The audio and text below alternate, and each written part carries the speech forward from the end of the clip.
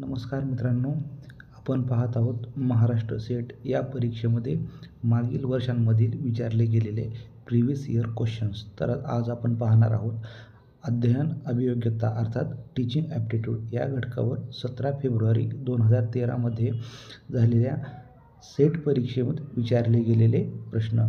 चला पाहूया. प्रश्न क्रमांक 1. शिक्षकाची प्रमुख भूमिका. Major role of a teacher is to.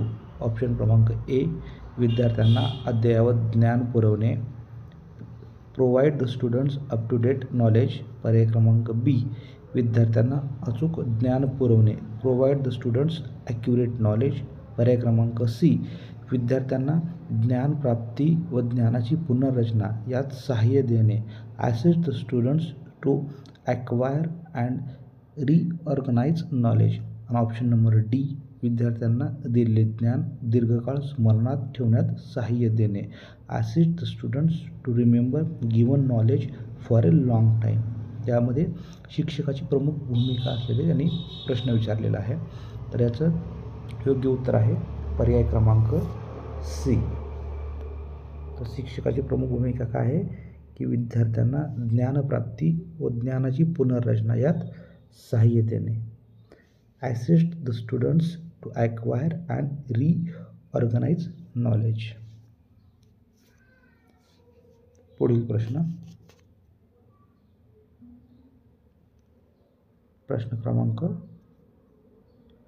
2. अध्ययनावर सर्वाधिक परिणाम करणारी अध्ययनकर्त्याची वैशिष्ट्ये. The learner characteristics that impact learning the most are. पर्याय क्रमांक ए, सामाजिक आणि आर्थिक पार्श्वभूमी. Social and economical background. पर्याय क्रमांक बी, बुद्धिमत्ता आणि अभ्यास सवयी. Intelligence and study habits. पर्याय क्रमांक सी, अभिक्षमता आणि प्रेरणा. Aptitude and motivation. आणि पर्याय क्रमांक डी, वय आणि आरोग्य, यश आणि हेल्थ. तर अध्ययनावर सर्वाधिक परिणाम करणारी अध्ययनकर्त्याचे वैशिष्ट्य, तर त्यातला योग्य पर्याय आहे पर्याय क्रमांक सी, अभिक्षमता आणि प्रेरणा. ॲप्टिट्यूड आणि मोटिवेशन हे लर्निंगवरती सर्वात जास्त परिणाम करणारी गोष्ट आहे अध्ययनावर.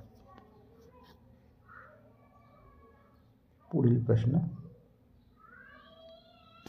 क्रमांक 3.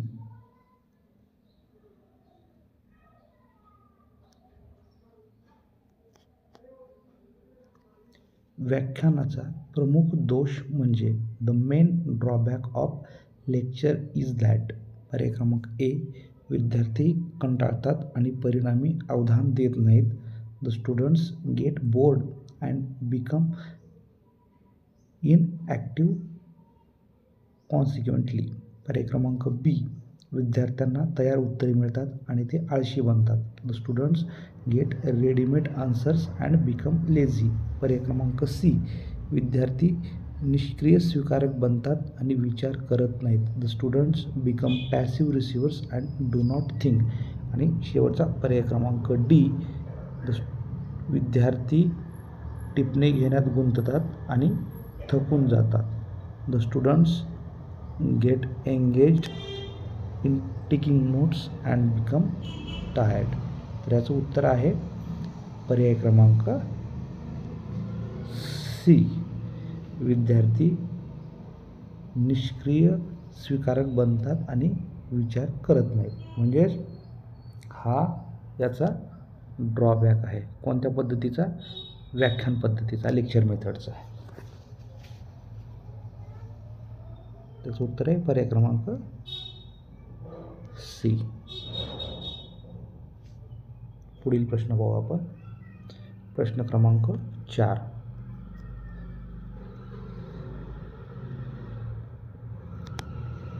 जर ज्ञानप्राप्तीसाठी अध्ययन हे शिक्षणाचे ध्येय असेल तर विद्यार्थ्यांना. If learning to know is aim of education then students should be. पर्याय क्रमांक ए, अद्ययावत जागतिक ज्ञान पुरवावे, provided with latest global knowledge. पर्याय क्रमांक बी, आधुनिक तंत्रज्ञानाच्या साहाय्याने शिकवावे, taught with the help of latest technology. पर्याय क्रमांक सी, अधिक सखोल स्वाध्याय द्यावेत, given more in depth assignment.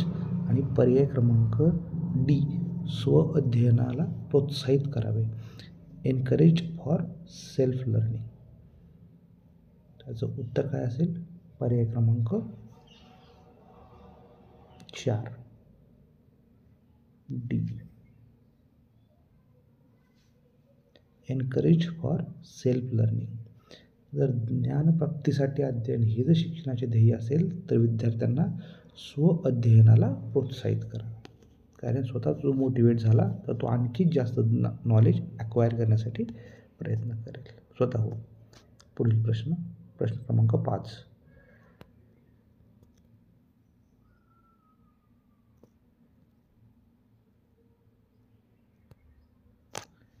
कोणत्या प्रयत्नाने विद्यार्थ्यांच्या ग्रंथालय वापराला चालना मिळेल? Which effort will promote use of library by students. पर्याय क्रमांक ए, वाचन कौशल्य व अभिरुचीचा विकास, development of skills and interest in reading. पर्याय क्रमांक बी, नवी पुस्तके व नियतकालिके यांचे आकर्षक प्रदर्शन, attractive display of new books and journals. पर्याय क्रमांक सी, शिक्षकांनी दिलेले वाचन स्वाध्याय, reading assignments given by teacher. आणि पर्याय क्रमांक डी, ग्रंथालय समितीवर विद्यार्थी प्रतिनिधींची नियुक्ती, appointment of student representative on library committee. हा प्रश्न आहे, विद्यार्थ्याच्या ग्रंथालय वापराला चालना कशामुळे मिळेल?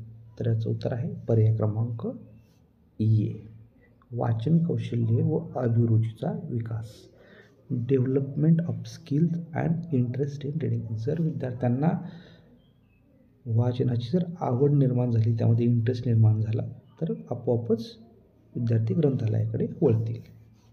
पुढील प्रश्न क्रमांक 6.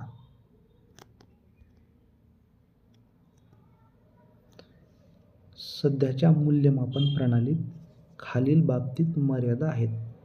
Present evaluation system has limitations reading. पर्याय क्रमांक ए, शैक्षणिक अभ्यासक्रमातील यशाचे भाकीत करणे, predicting success in academic courses.